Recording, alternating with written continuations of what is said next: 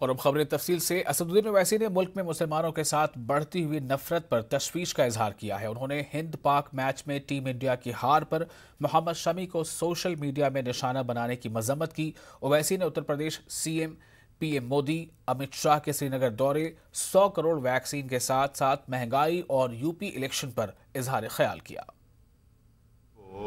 निशाना बनाया जा रहा है कल के क्रिकेट मैच की हार का। खेल में तो जीत हार होती है ना, कोई टीम जीतती है कोई हारती है।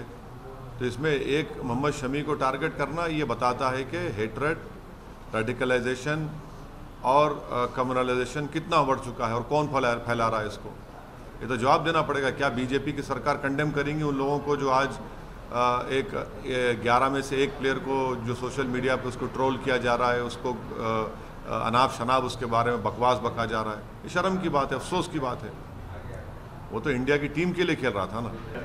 तो योगी को श्रद्धांजलि दो बोलिए, जो गंगा पे लाशें तीर रही थी, जो नदी के किनारे जो कुत्ते लोच कर लाशों को खा रहे थे, उनको भी श्रद्धांजलि बोलिए, बोलेंगे उनके लिए। वो जिनको जलाने के लिए लकड़ी नहीं मिली, अंतिम संस्कार के लिए दफनाने के लिए ज़मीन नहीं मिली, उनके बारे में बताइए।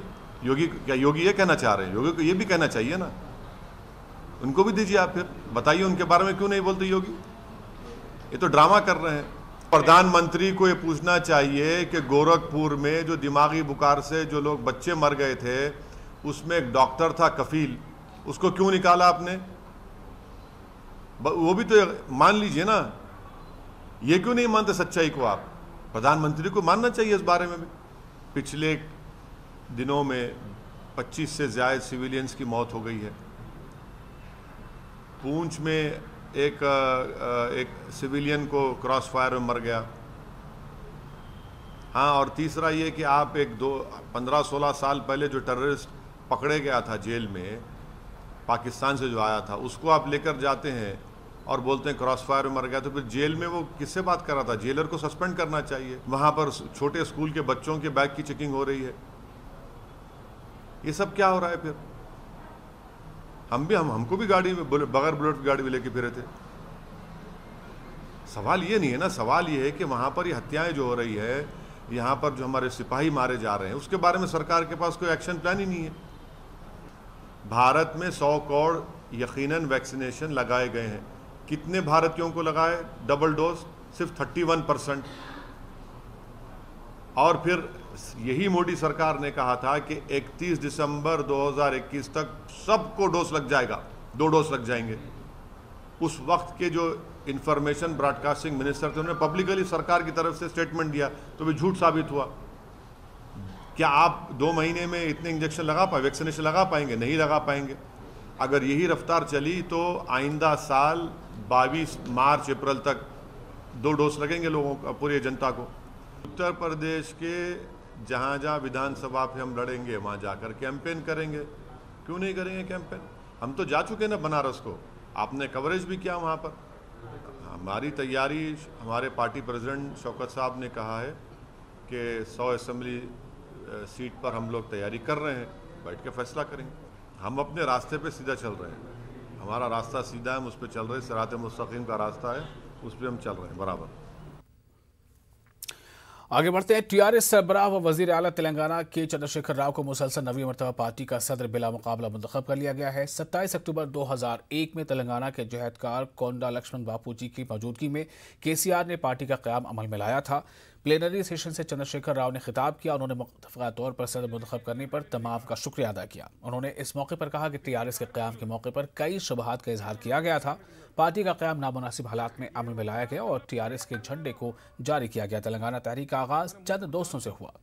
तहरीक आज़ादी में कई नाकामियों के बावजूद जद्दोजहद नहीं रुकी। इस लड़ाई में ईमानदारी थी जिसकी वजह से कामयाबी मिली। उन्होंने इसी जज्बे और इस्तकामत के साथ आगे बढ़ने पर जोर दिया और कहा कि हमने साबित किया है कि हम अदम तशद्दुद के तरीके से लड़ सकते हैं और जीत सकते हैं। उन्होंने कहा कि तेलंगाना की तश्कील से पहले कई तरह के गलत प्रोपेगेंडे फैलाए गए, ताहम इन 7 सालों में तमाम झूठे साबित हुए।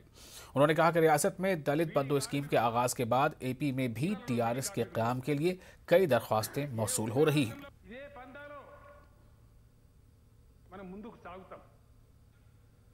మనం రైతు బంధు పెట్టినాడు కూడా నానా రకాలుగా మాట్లాడినారు. కానీ ఏం జరిగింది? ఎంత అద్భుతంగా తెలంగాణలో వ్యవసాయ స్థిరీకరణ జరిగింది. ఎంత అద్భుతంగా తెలంగాణ వ్యవసాయ ఉత్పత్తులు పండిస్తా ఉంది, ఏ విధంగా అన్నపూర్ణగా అవతరించింది. ఏ ఆంధ్రప్రదేశ్ నుంచి అయితే మనం విడిపోయినామో ఈరోజు ఆ ఆంధ్రప్రదేశ్ పర్ క్యాపిటా ఇన్కమ్ 1,70,000 కోట్లు, మన పర్ క్యాపిటా ఇన్కమ్ 2,30,000 కోట్లు.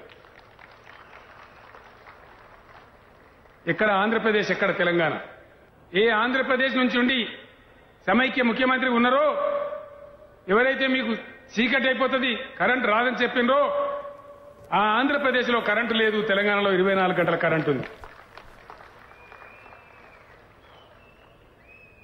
ఇవి వాస్తవాలు, జరిగిన సత్యాలు.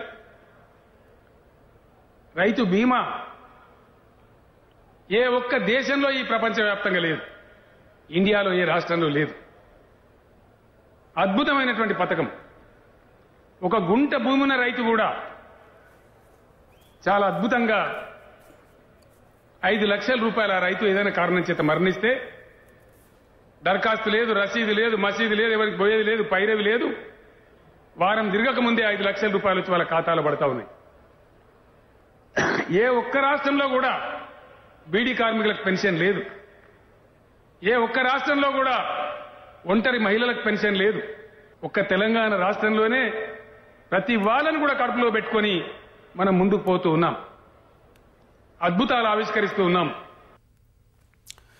तेलंगाना में आज से इंटरमीडिएट साल अव्वल इम्तहानात का आगाज हो गया है। इंटर साल दोम के तलबा के लिए साल अव्वल के इम्तहानात आज से शुरू हुए। ये इम्तहान सुबह 9 बजे से दोपहर 12 बजे तक रहे।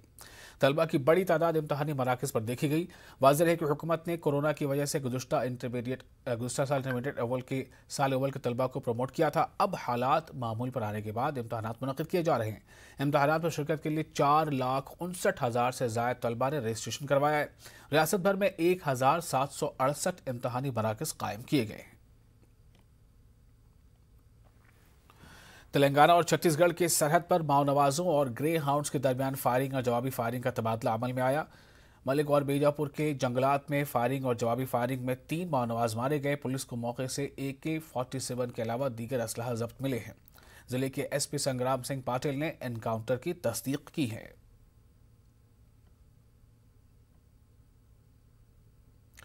हैदराबाद के मज़ाफ़ात में सड़क हादसा पेश आया। इस हादसे में हैदराबाद साइबर क्राइम ACP के 3 अरकान ख़ानदान की मौत हो गई। यह हादसा जिला मेडचल केसरा मंडल के यादगार पल्ली के पास आउटर रिंग रोड पर पेश आया। बताया जा रहा है कि तेज़ रफ्तार कार उलटकर डिवाइडर से टकरा गई। महलूकीन में ACP साइबर क्राइम की अहलिया शंकरम्मा, उनके भाई का बेटा भास्कर और उसकी बीवी शामिल हैं। जिला प्रकाशन में एक शादी की तकरीब से वापसी के दौरान ये हादसा पेश आया। जम्मू कश्मीर की तहजीब से रोशनास करवाने के लिए आइकॉनिक फेस्टिवल मुनक़िद हो रहा है। जम्मू कश्मीर की सूफी रिवायात, इल्म अदब, यहाँ के फ़न व फ़नकार, सूबे में अलग अलग तहजीबों का इम्तजाज पहली बार पूरी दुनिया को देखा जा रहा है। इसीलिए ये सबसे बड़ा मेला लगाया गया है। जम्मू कश्मीर के असल रूह का जश्न मनाने के मकसद से यह फेस्टिवल रखा गया है। गुलमर्ग की सरजमीन पर कलमकारों की महफिल।